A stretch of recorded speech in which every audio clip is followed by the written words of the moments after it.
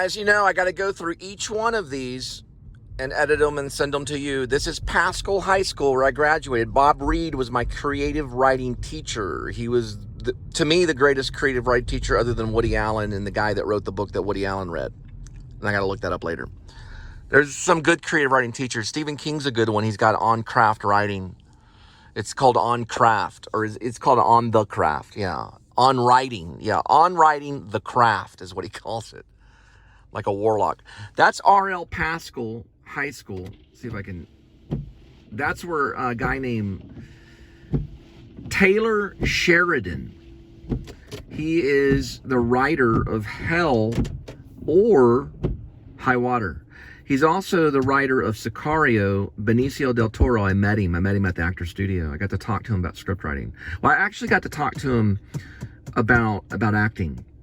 It was about acting, really. He was saying to put it in your own words. Make it your own words. Which is kind of script writing, too. But he said I could type them if I wanted to. R.L. Paschal High School is right there. You can, if you're an actor, you can type the words. Make sure they're your words. This right here is where Bob Reed had class. I got to drop off these, whatever this is that I'm dropping off. It's still there. That was the classroom right there. That was it right there. It wasn't that big of a classroom. It's crazy. Yeah, there's one of the windows, and that was one of the front things right there. It's still there though. This is crazy. I don't remember that one right there. That might be an add-on. This was our entrance right over here. It was this one right here. That was our entrance. R.L. Paschal. It's famous. Taylor Sheridan made it famous. Amazing. They've expanded on it. This right here is like, I think this is for gymnasium, sports, athletic. I took Linda here and showed her the drama room, or the outside of the drama room. I don't know if it's still there. The theater probably is. They have a nice theater. But they have a soccer field and everything. I used to play soccer with all the Mexicans. I were Doc Martens. My Doc Martens would go flying off and they'd laugh at me. And I'd be kicking the ball with my toe, hurting my toe. And they're like, and I'm like, what are you talking about? Learn some English. And they're like, okay. They didn't even know Spanish. They were pretending. No, they knew it. There were a lot of Spanish speakers there. My lawyer, one of my lawyers, forgive me, he went there. He went to Paschal, and he came from I don't know, somewhere in the South America. I don't know where, but he couldn't speak English very well.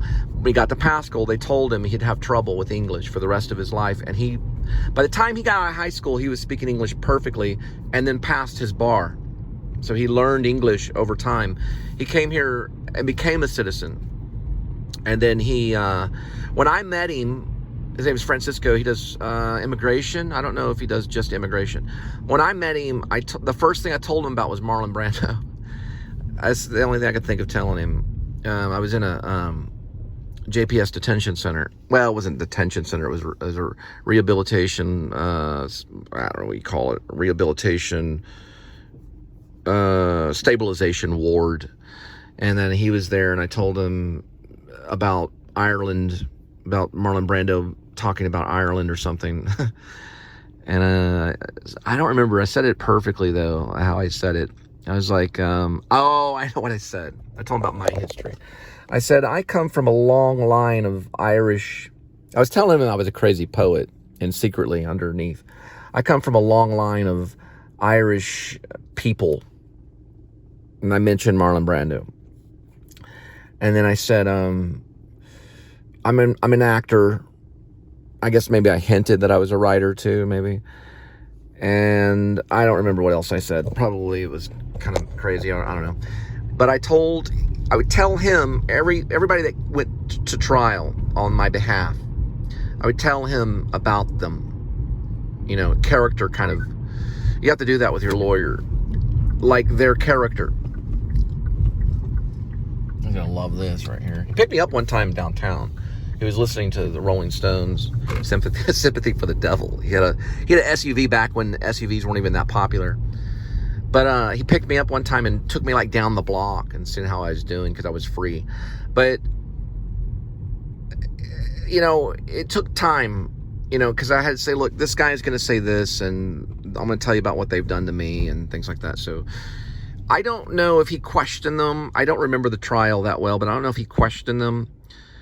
But he did, and a girlfriend of mine from college, Stephanie Stafford, went up there and spoke on my behalf about my robotic movements, because I studied mime. It was tearful. There was some tears involved. And then it was up to the judge, you know. The judge is the one that makes the decision. He didn't say a whole lot, but he represented me. And I did get to meet with him beforehand. I was given a lawyer. And, I don't know, you know, I don't, the judge said some stuff. It's some private stuff about what the judge said. That's between me and what the judge said, because I had to face the judge. This was when I was about 21, 22 maybe, going on 22. I was very young. But I basically just try to be as truthful as I could. At that point in my life, you know, I went about 2 weeks in psychosis. I wouldn't have been able to get through it then. But at that point in my life, I could understand the difference between, you know,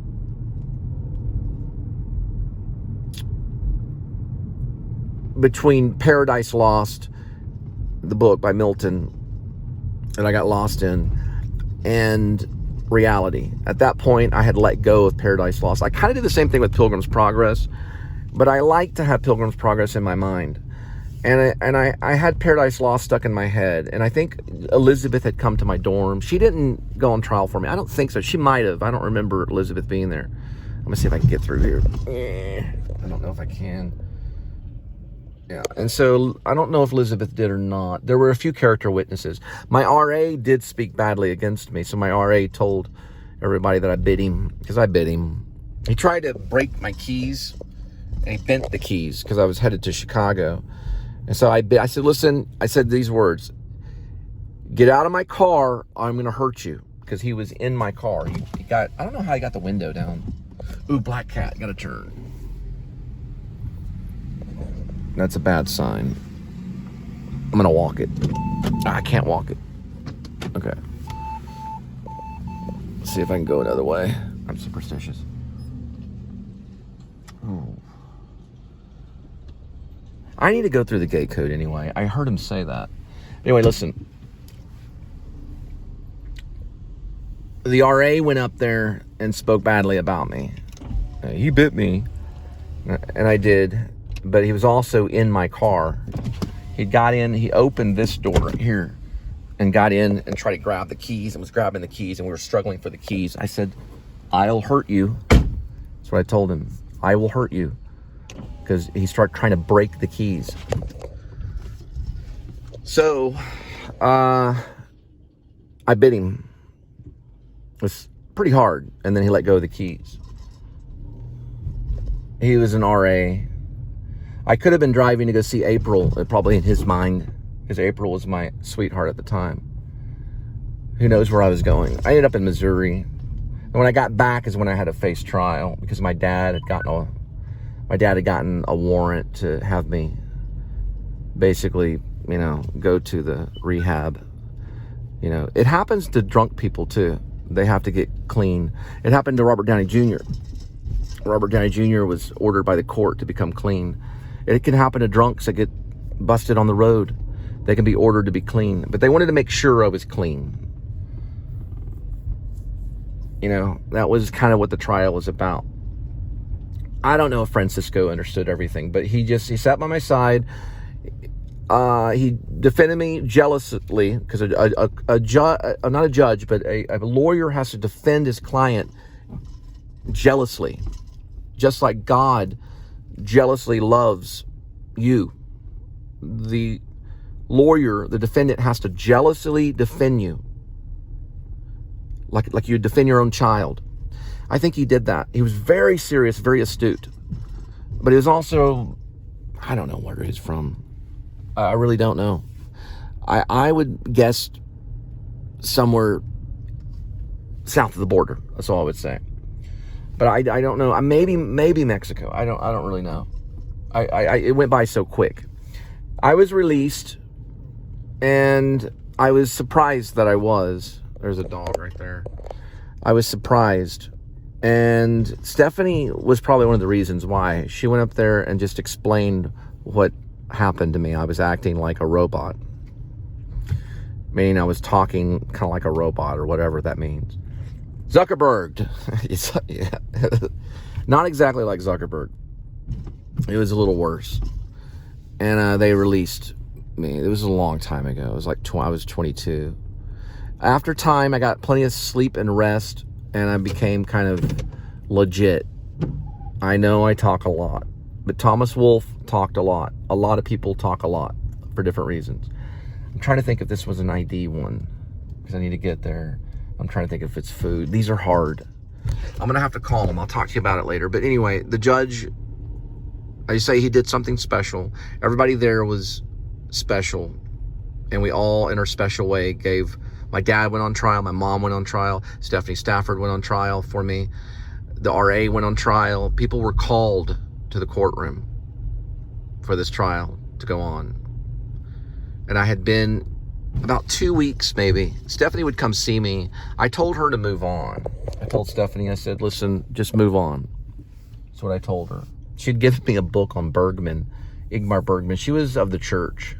Stephanie was a Christian lady. She gave me a book on Ingmar Bergman, so I told her to move on. And we got through it, and then I got to go back to the stage. And I did get to New York. So I did get to go to New York. I got to go to the actor studio. No one ever told me that I would not be able to get into the actor studio, but I had one professor tell me to stop acting. And I don't understand why someone would tell someone to stop acting. It's a horrible thing to do. That's like telling someone to stop living, you know. Can you stop living for me? I'm sorry. I'm going to have to keep acting. And I'm going to have to keep living, okay? I got to find this and drop it off at your doorstep. I'm just trying to show you my life.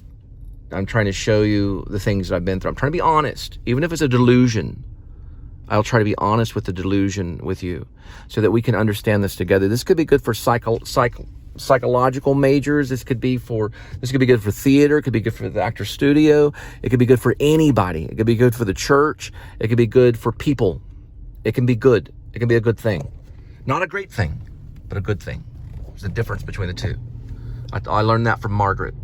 I actually drove to it. That cat was helping me. I had to turn around to get to it. That one's separated over that way. I'm not really that superstitious, but I kind of am. When it comes to a black cat, because I've done it. I've crossed a black cat and like, oh, that wasn't good. Because weird things can happen. I think they got a touch with me. Hang on just a second. All right, we found it. Building 4. Okay. 1800 though. Yeah, this is right. That's Turner Ridge. This is the right road. The cat was over there, so I was still on the thing about the black cat. I'm still on this right kind of thing. Okay. I used to have a black cat. It was all black. He had one little white spot, and I was okay with that. But the black cats, you just have to watch out, you know? Well, you never know. Not that I don't really care about the whole glass thing, all the glass mysteries, or the walking under a piano, I'm okay. Or walking under a ladder, I think I'm okay with that. I'm okay with all the superstitions, but not the black cat. No black cat. So I can be okay with walking under a ladder. Now, sometimes I'm weird about the umbrella opening, but there was a mime that I worked with. He worked with an umbrella inside of a theater. Nothing bad happened. Only good things happened when I was in Ohio. So it can't be the umbrella thing. I'm fine with it. I can open an umbrella anywhere. I'm okay with the ladders. I'm okay with all the superstitions. I'm okay. No black cat. Something about the black cat, because I kind of believe in witches at times. You never know about the witch thing. I've been to Salem. I even put a witch hat on Angel, which I should not have done that, because they have these little gift shops in Salem. The bewitched lady there is Sabrina. No, I always get Tabitha. It's Tabitha. The winkle, winkle, wink. Samantha. Little nose thing. Tickle, tickle, tinkle. Linda's like, the show is disturbing. Some of it will be at times. We'll get better. This is it right here. We found it. Oh, come on. She didn't go through the Oliver Stone stage. You know? She didn't really go through the early 90s. She was too small, too little of a person at the time. Always check the bottom first.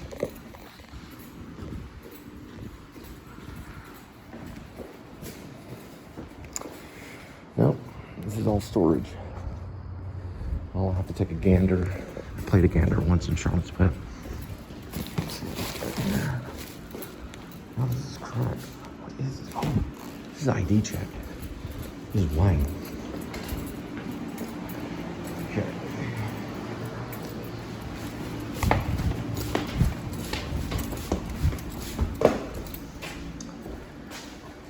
Yeah, that's still right.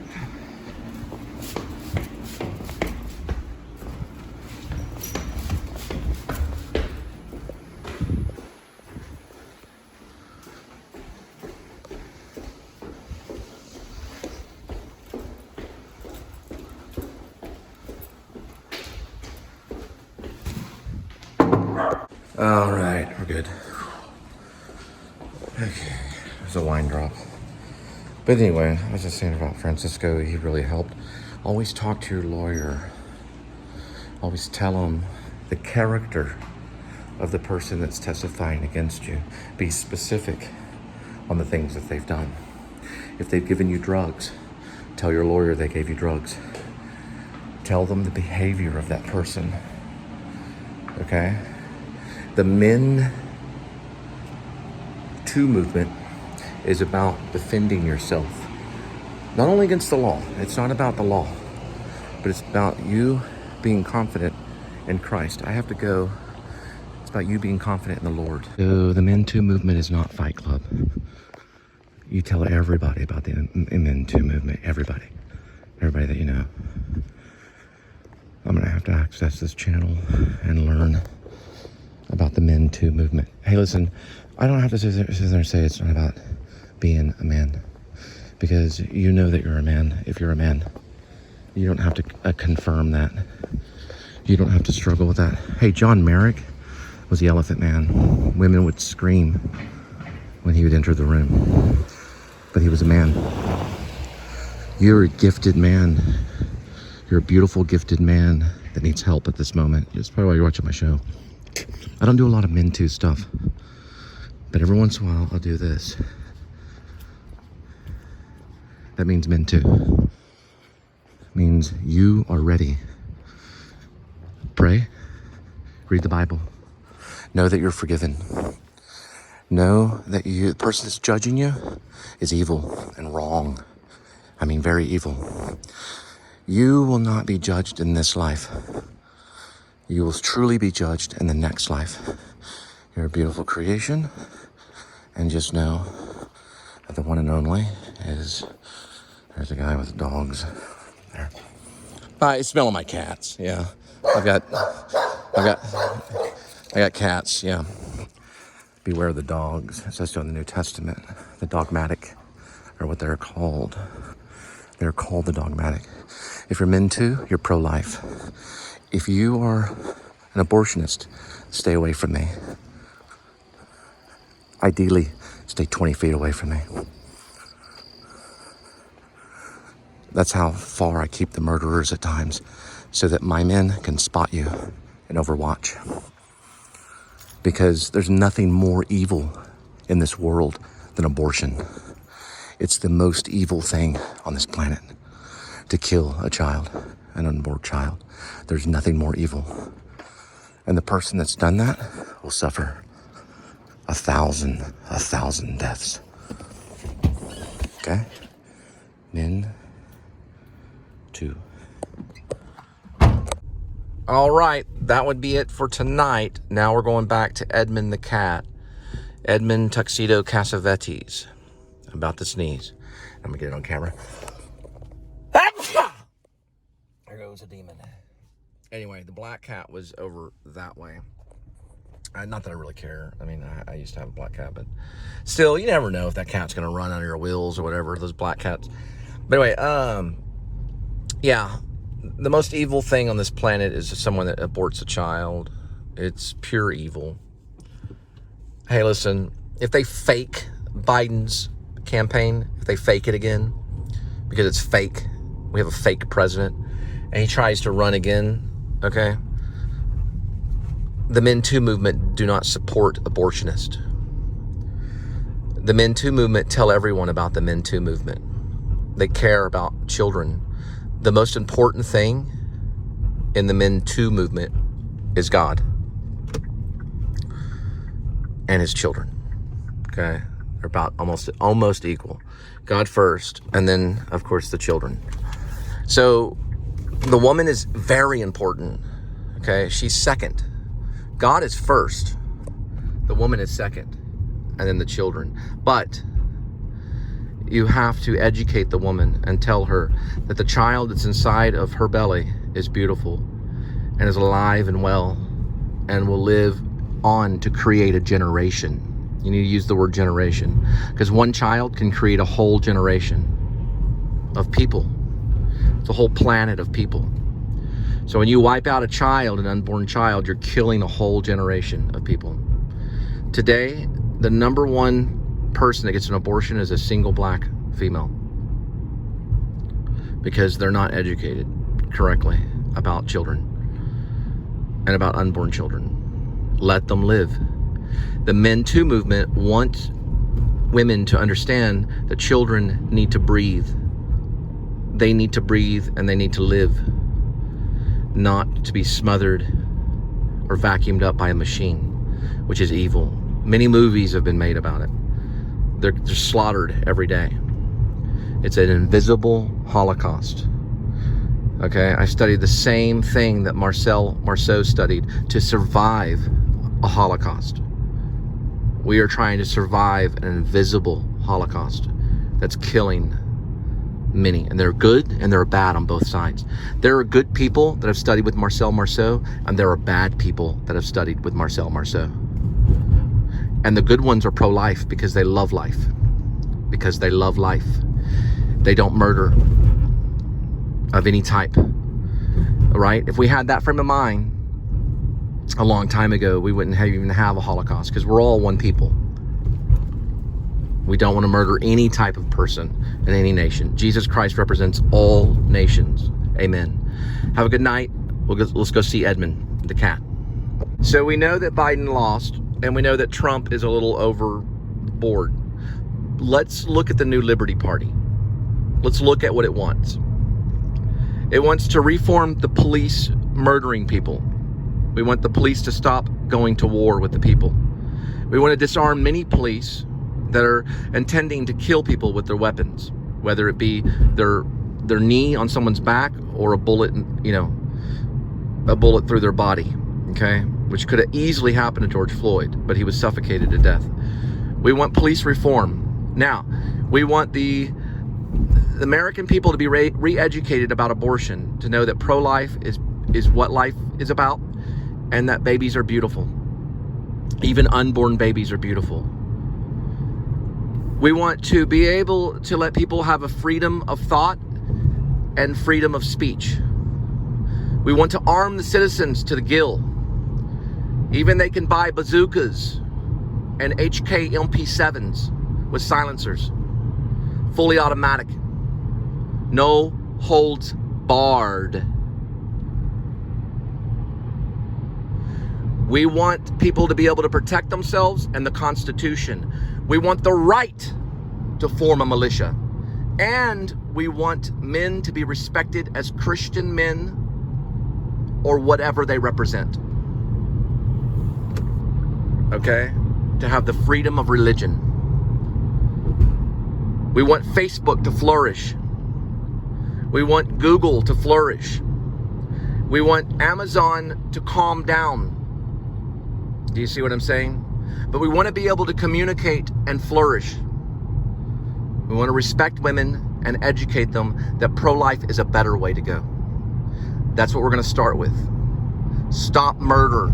stop the invisible Holocaust, be able to free people with having their own thoughts and expressions. We can say whatever we want, whenever we want.